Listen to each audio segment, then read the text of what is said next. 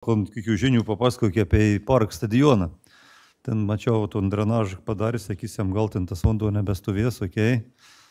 Bet ar bus kada ten oficialiai stadions, ar prasidės varžybos ir labiausiai domina tribūna, tas tents, bier, aš nesu matęs, kad pastatė 5 metų, ne vien kart nebuvo pavasarį užtemtas tas tents. Buvo vien kart, kaip 8 metų pramigojau. Nu, žodžiu, kažką pavasarį visam sezonu ir varžyboms, ir renginiams reikėtų užtemti. Ar čia labai ta kaina didelė, ar jau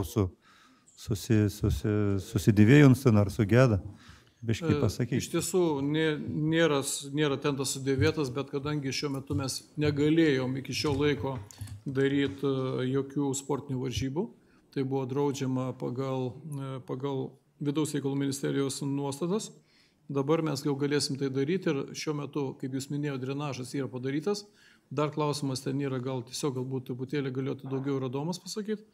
Tai yra dar viena drėkstanti vieta, atrodo, yra prie šviesrantės.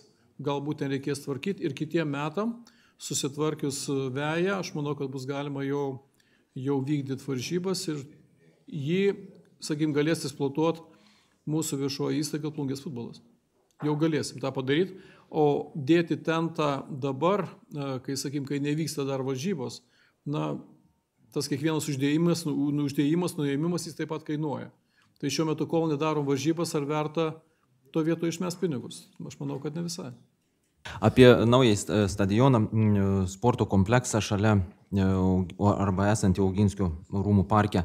Ir minėjote, kad jau yra įrengtas drenažas, kuris jau tikriausiai ir leis ten vykdyti sportinės varžybas.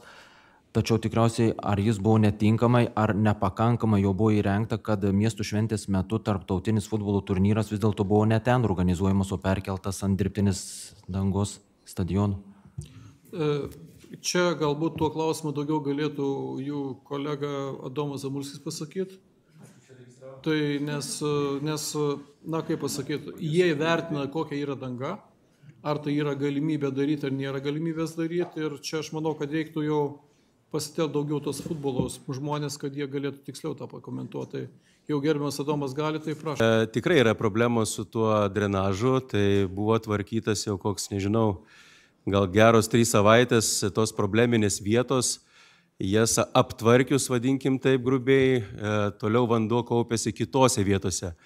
Manau, kad šitą problemą vis tiek reikės mums susėsti dalininkų susirinkime ir apsitarti konkrečiai, nes šiam sezonui tai neįsivaizduoju ten jokios, manau, veiklos, nes dabar atsakant į Tomo klausimą, tai kaupėsi vanduo, neįmanoma buvo traktoriukų įvažiuoti, nupjauti žolę ir tokiam stadione vykdyti vaikų turnyrėlį, tai mažiausiai būtų gėda.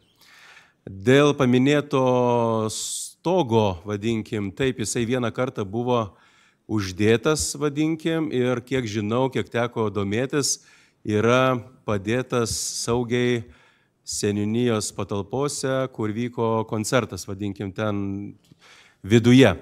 Bet vis tiek norėčiau atkreipti dėmesį, kad nenorėčiau sulaukti to momento, kada jau reikia, vadinkim, daryti oficialias varžybas ir tada mes imam tentą iš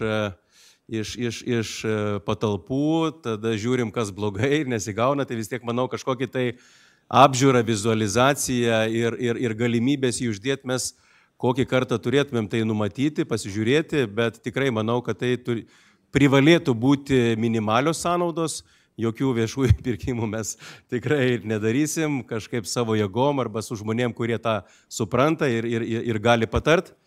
Tai čia būtų tokia trumpa informacija apie tą laisvalaikio vadinamąją dabar dar kol kas zoną.